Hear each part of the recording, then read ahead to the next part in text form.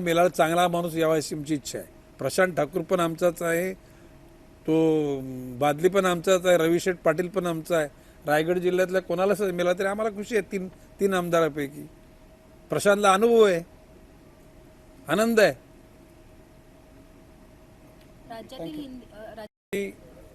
आजच्या जनता दरबारामधले जे प्रश्न आहेत ना, ते जवळजवळ 90% मॅन मेड प्रॉब्लेम आहेत. माणसाने निर्माण केले. कोणाला पैशाचा मोह आहे म्हणून तो एखादं घर 10-10 लोकांना विकतोय, एखादा घटक एखाद्याकडून मोठं व्याज तुला देतो म्हणून पैसे काढतोय. आणि त्याचबरोबर मी सांगतो की सिडकोमध्ये, मी परत सांगतो, सिडकोमध्ये भ्रष्ट अधिकाऱ्यांची संख्या कमी झालेली नाही.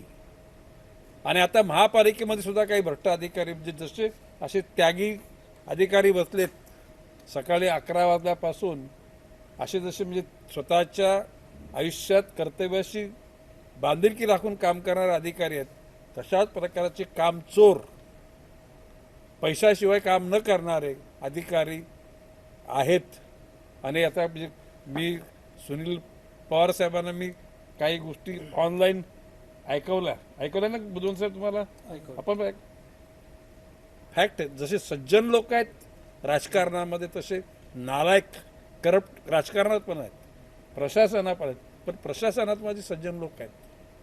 असं एक डिपार्टमेंट नाही की डिपार्टमेंटमध्ये चांगली लोक नाहीत, परंतु त्या चांगल्या लोकांचा जो चांगलेपणा अशा हलकट काही लोकांच्या मध्ये तो संपूर्ण निस्तनाबूत होतो. या गोष्टी दुःख वाटतं. त्या काळात बदल झालेले नाहीयेत, हा विषय मुख्यमंत्र्यांकडे मांडला का त्या बैठकीमध्ये? माननीय मुख्यमंत्र्यांच्याकडे मी असं बोललो की ह्या कुठल्या सपाट बुद्धीच्या लोकांना सिडको टर्मिनलमध्ये घर बांधण्याची सुबुद्धी नाही, दुर्बुद्धी आठवली.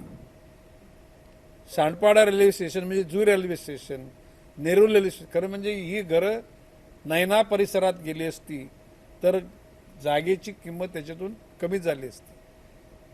यामध्ये ट्रक टर्मिनलमध्ये 75 लाखाचे जे घर आहे त्यापैकी 50 लाख रुपये त्या जागेची किंमत आहे. जर ते 50 लाख मायनस केले तर 25 लाखामध्ये नैनामध्ये लोकांना घरं मिळू शकतात. आजवरच्या सिडकोच्या इतिहासामध्ये घरं विकण्याकरता कुठल्याही व्यवस्थापकानं किंवा मार्केटिंग मॅनेजरनं एजंट नेमले नाहीत. ह्या वेळेला त्या भिकार मनोवृत्तीच्या आणि अक्कल घाण घातलेल्या लोकांनी घरं विकण्याकरता एजन्सी दिली गेली. आणि याची चौकशी व्हायला पाहिजे. मध्ये कोणतरी म्हणजे मला वाटतं नामदेव भगतनी काहीतरी त्याच्यावर मागणी केली ना, बरोबर आहे ना? आणि आय एम सपोर्टिंग इट. या गोष्टी, या घरं विकण्याकरता एजन्सी नेमण्याची गरज होती का? त्याच्यातून काय निष्पन्न निघालंय, याच्यामध्ये कोणाचा हेतू काय होता, या सगळ्या बाबी तपासल्या पाहिजेत. अधिकारी कोणी असो, कोणाच्या मर्जीतला असो ना कोणाच्या कप्पा मर्जीतला असो, we are not bother of it. चुकीच्या गोष्टी करणाऱ्या माणसावर त्या ठिकाणी कारवाई होणे गरजेचं आहे. दादा तुमची 4दा पण यावं लागते. ऐकलं का? आता काही लोकांना आपला विषय मांडता पण येत नाही. मग प्रश्न असा की त्यांच्या मांडण्याकरता आम्ही त्यांना मदत करतो. आम्ही का बा यांचा विषय मांडून घ्या. जगाच्या पाठीवर अशा समस्या आहेत की त्या कधीच सुटणार नाहीत. फॉरेस्टची जागा पाहिजे, नाही भेटणार. पण काही लोकांनी प्रयत्न केला, फॉरेस्टची जागा पण देण्याचा प्रयत्न केला. काय बोलतो मी? फॉरेस्टच्या जागा देण्याचा प्रयत्न केला ना रे पाल खडे, केला ना? Court cases. आणि मी तर स्पष्ट केलेलं आहे, एकाही माणसाला फॉरेस्टची जागा नाही. मंदिर हे बघ, मंदिर बांधलं असेल तर जुनं असेल, पुरातन, त्याला पुरावा असेल तर ते देवाची श्रद्धा पण ठेवलीच पाहिजे. आणि फॉरेस्टवाल्यांना सुद्धा देव असतोच ना. जुन्या म्हणजे गावांमध्ये जाणारे रस्ते असतील, ते रस्ते बनवण्याकरता फॉरेस्टने अडथळा आणू नये. त्या ठिकाणी गोरगरिबांच्या हिताकरताच राज्य चाललं पाहिजे. परंतु मस्ती करून आम्ही कसाही कायदा वाकवू शकतो, कसेही आम्ही कायदे मोडू शकतो, ही मस्ती चालणार नाही. मी एवढंच सांगतोय की भविष्यकाल त्या लोकांचा अंधाराकडे जाणार आहे. कोणाच्या पोटावर मारणं किंवा प्रगती पुस्तक शेरा मारण्याचा नाही अधिकार नाही नाही, आता अरे बघा, मंत्रिमंडळाची संयुक्त जबाबदारी असते. या ठिकाणी एखादा मंत्री कुठल्याही खात्याच्या अधिकाऱ्यांना जर तक्रार आली तर त्या ठिकाणी मंत्रालयात बोलवून त्यांच्याकडून झालेला अन्याय समजून घेऊ शकतो आणि तशा प्रकारची ते वरिष्ठ त्यांच्या असलेल्या लोकांना याच्यावर कारवाई करण्याची भूमिका मांडू शकतो.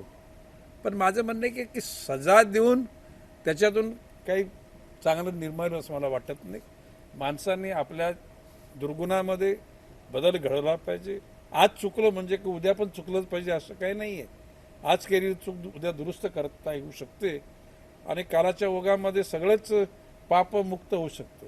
गंगेच्या प्रवाहामध्ये जाऊन डुबून राहिला म्हणजे बुडी मारली म्हणून पाप काही नाहीसं होणार नाही. त्यासाठी मन निश्चितपणे प्रोसेस करायला पाहिजे. तर त्याचं केलेल्या कृत्याचं प्रायश्चित घेतलं पाहिजे. एक गोष्ट खरी की ही जे लोकांच्या समस्या आहेत ना, ह्या क्रिएटेड समस्या आहेत, निर्माण केलेल्या समस्या. आणि ज्या दिवशी सगळ्या गोष्टीचा निपटारा चांगल्या प्रकारे होईल ना, त्याला जनता दरबारात इथं कुत्रा पण चुकून येणार. सेम समस्या मी सकाळीच त्या ठिकाणी सांगितलं की ही 1.5 कोटीची काहीतरी गाडी आहे ती.